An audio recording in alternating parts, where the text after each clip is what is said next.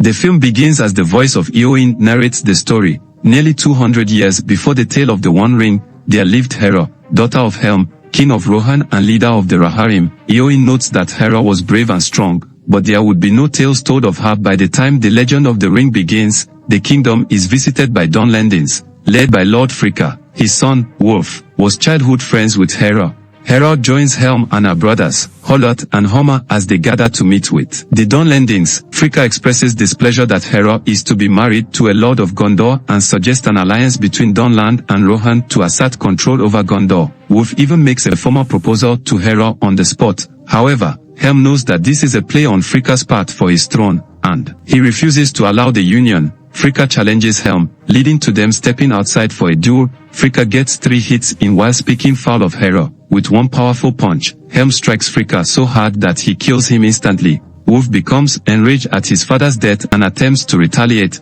but Helm banishes Wolf and the Dunlendings from Rohan. Wolf swears revenge, while Hera watches in sadness as her former friend leaves with hatred. Years pass, and nobody in Rohan has heard from Wolf. Hera goes out riding with her cousin Freelaf and finds the rotted corpses of horses, as well as that of a Southron warrior. A large Mumak, giant elephant creature, emerges from the woods, appearing feral and infected with something, then charges after Hera and Freelaf. Hera lures it away from other people and has it follow her and her horse into the woods. She goes by the river and fires an arrow, knowing it will awaken a watcher in the water. The Mumak comes out from the trees and tries to get Hera, but the watcher grabs it with its tentacles and devours it before sinking back into the water. Moments later, Hera is captured by General Tag. Hera is taken to Isengard, where she finds that Wolf is now High Lord of the Dunlendings. He is still out for revenge against Helm and all of Rohan. Hera tries to offer him marriage to change his mind, but he knows it would not be because she wants to do it, so he rejects her offer and says that the boy she once knew is gone.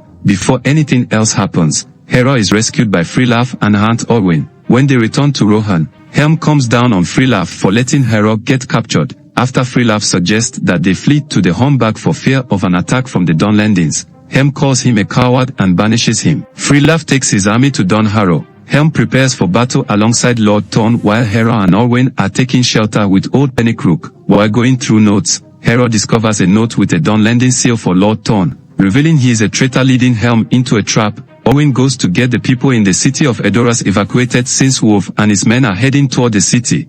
Homer and his forces manage to hold off some of the Dunlendings, but Wolf kills Homer with an arrow through the neck before most of his men are killed as well, and Helm is hit with several arrows. Hera rejoins her father as they retreat to a safe distance. They find Wolf and Tag coming in with Hollott as their prisoner. Helm surrenders and opts to give his life for his son's life. Even at Tag's suggestion that he spare Hollott, Wolf refuses and only wants Helm to suffer, so he slashes Hollott's throat, devastating his father and sister. Wolf and his men proceed to take siege over Hornburg and begin an endless winter. Helm goes into a coma after the death of his sons. In his grief and anger, he becomes a wraith that tears through men like paper and eats what's left of them. Hera later goes out looking for her father and comes upon orcs who are gathering rings for their master. She is spotted by one of the larger orcs, who try to attack her, but they are caught and killed by Helm. He expresses remorse to Hera for what he has become. Helm prepares for Wolf's forces to go after him once they learn of what he is now. He keeps Hera safely guarded while he goes outside in the bitter cold, pummeling enemies with one punch, earning him the name Hammerhand until the morning comes, when Helm is frozen to death, standing in defiance. Hera holds a funeral for her father. Hera climbs a mountain to find one of the great eagles to seek help in the fight against Wolf. She gives it her father's armor to deliver to Freelaf. Meanwhile, Tag tells Wolf that he has nothing left to conquer and that the Rohirrim are just starving refugees. Wolf refuses to listen and plans to storm the Hornburg after dropping his tower to create a bridge. Hera catches up to Wolf and challenges him to a combat to keep him and his forces from heading to the Hornburg. Although Tag discourages Wolf from taking the bait, Wolf still won't listen and proceeds to fight Hera. The Rohirrim are led through a secret passageway made by the Dunlendings to safety, while Freelaf arrives in Helm's armor and makes the villains believe that Helm's wraith has come to slaughter them, forcing them to retreat. With his forces depleted, Wolf tries to order his remaining men to attack, but Tag tries to urge him against it. He even calls Wolf a coward in agreement with Hera, so Wolf kills Tag. He fights Hera until she disarms him, although she has him at her mercy.